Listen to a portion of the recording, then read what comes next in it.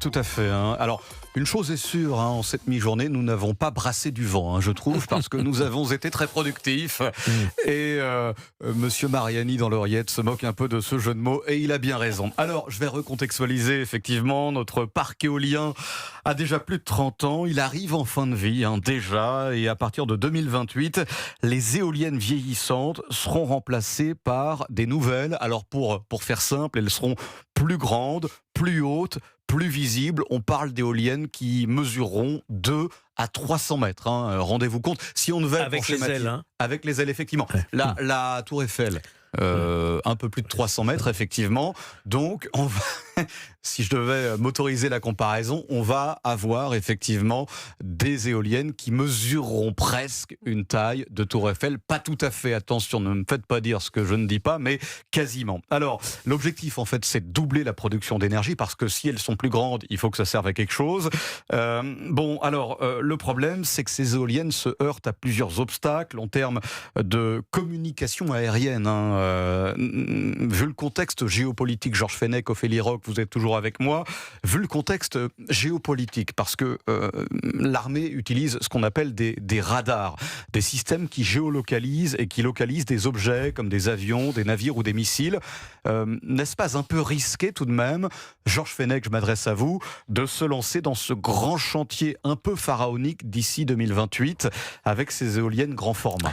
Oui, l'armée a attiré effectivement l'attention du gouvernement sur les risques pour la navigation, pour les radars, d'avoir des engins comme ça qui montent jusqu'à 250-300 mètres d'altitude. Mais moi, c'est même pas le sujet pour moi. Le sujet, c'est d'abord... C'est pas un sujet, ça, pour vous, Georges Fenech? Non, c'est un sujet, mais avant tout...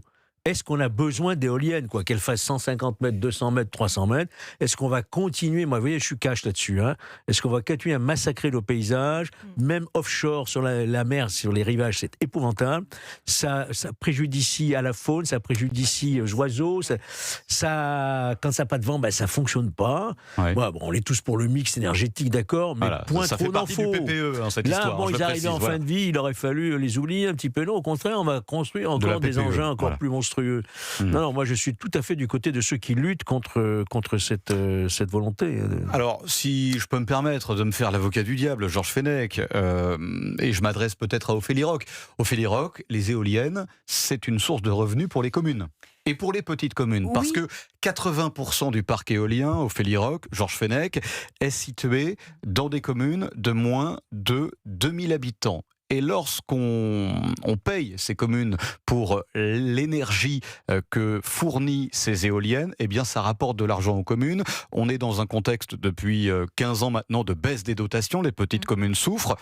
N'y a-t-il pas également une source de revenus quand même pour les petites communes dont on parle? Ophélie Roch. Peut-être, mais ça reste une forme de chantage. C'est-à-dire que si ces communes... c'est le principe du commerce. Oui. Là, c'est plutôt même le principe vraiment de l'extorsion. C'est-à-dire que si ces communes avaient suffisamment d'argent, je pense que personne n'a envie d'avoir des éoliennes. Par exemple, je vais prendre un exemple très personnel. Le grand-père, mon grand-père est enterré dans un cimetière qui est en pleine campagne, qui était jusque-là un lieu assez paisible, en fait. C'est-à-dire que c'était un petit cimetière qu'on voit dans les villages.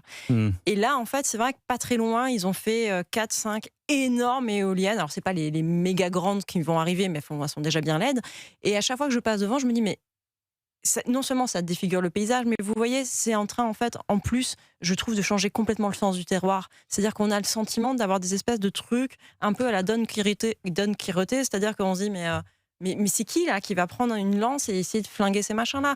Et en plus, souvent, elles ne fonctionnent pas. C'est-à-dire qu'elles ne fonctionnent pas parce qu'il y a énormément de problèmes. Alors, soit c'est des problèmes de maintenance, je ne sais pas, soit c'est des problèmes que le vent, finalement, n'est pas toujours à la hauteur dont on avait pensé que ça allait faire des choses un petit peu plus efficaces. Et puis, pour les animaux, c'est une catastrophe, en fait. Je vais préciser, dites-le, effectivement, les oiseaux, ça fait des dégâts. Ça fait des dégâts parce qu'en fait, eux, ils n'ont pas l'habitude. Déjà, on les perturbe sur plein de choses dans le quotidien. Alors c'est pareil pour ceux qui sont sous l'eau, les poissons, c'est un massacre. Enfin, je veux dire, vous n'avez pas envie d'avoir une sorte de... ce qui se passe pour les oiseaux. Oui, mais c'est un hachoir géant. Ils s'empalent dans les pales. Ils s'empalent, et puis parfois ils s'empalent, ils ne meurent pas du premier coup. Enfin, vous retrouvez parfois en bas des éoliennes des cadavres à moitié agonisants. Enfin, je suis pas bien sûre que... Et en plus, l'énergie, c'est pas comme si on nous disait, une éolienne, ça remplace une centrale nucléaire, on en met 10, on est tranquille. Il faudrait qu'il y en ait en termes de rentabilité, une éolienne, parlons-en. C'est pas ouf, quand même. La rentabilité... Est-ce que le rapport sans être vulgaire, embêtement production énergétique, est-ce qu'il est positif? Georges Fenech, Ophélie Roch. Pour moi, non. Objectivement, non. Le parc nucléaire français, il produit environ 70% de notre électricité déjà. 70%. Et encore, on l'a ralenti. Avant, c'était 80% il y a 20 ans, rendez-vous compte. On a arrêté la construction des EPR. On était les meilleurs du monde. On a abandonné Superphénix, on a abandonné Astrid, etc. On était les meilleurs. On nous a racheté d'ailleurs toutes ces technologies. D'autres l'ont fait, notamment aux États-Unis. Donc on avait là une source, et heureusement que c'est reparti. Oui. Là, il faut reconnaître. On en est revenu. On en est revenu, mais à quel prix, quoi, hein, pour satisfaire, je dirais, des rachats. Alors là aussi, c'est du chantage de voix écologistes. Les socialistes ont cédé à l'époque avec François Hollande. Hein. Oui, c'est vrai. Alors les éoliennes, pour vous, la rentabilité, en fait, pour employer un terme technique, n'est pas forcément bonne pour une éolienne. C'est ce que vous dites, Georges Fenech. À côté du parc nucléaire, c'est peanuts. C'est tout. Puis il faut qu'il y ait du vent. Hein. Je suis passé, moi, ce week-end, j'étais dans la Beauce, j'ai vu... vous étiez dans l'Eure-et-Loire, mais quelle chance. Exactement. J'étais en visite à un ami. D'accord, très bien. Voilà. 10 ans plus. Voilà, un ami, oui.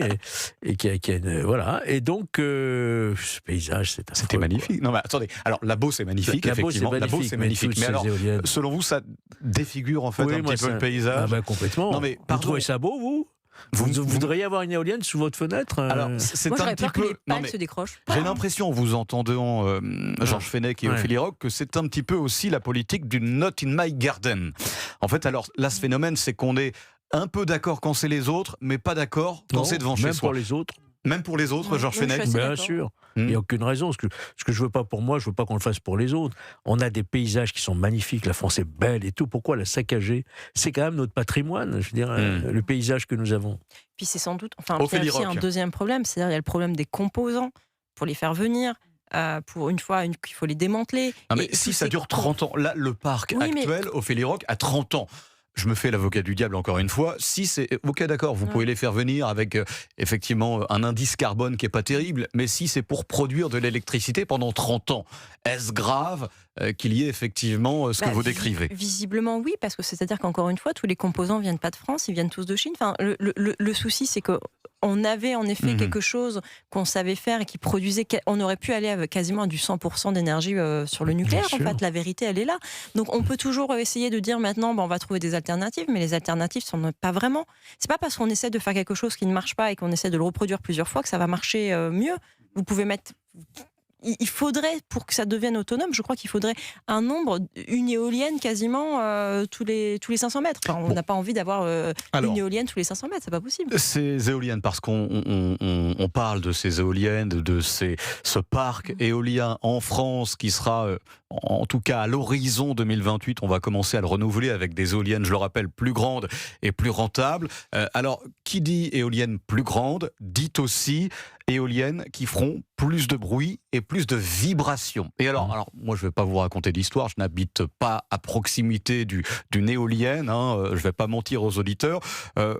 Est-ce vrai qu'il y a effectivement des vibrations à proximité de ces éoliennes pour les riverains, justement? Georges Fenech, Ophélie Roch. Je l'ai découvert, moi, en fait, en lisant Le Figaro ce matin. Je ne vous le cache pas. Si des gens se plaignent, moi non plus, j'habite pas à côté d'une éolienne. Si des gens se plaignent, c'est qu'ils ne l'ont pas inventé. Bien sûr que ça fait du bruit. Des ailes qui tournent, ça fait des vibrations, c'est évident.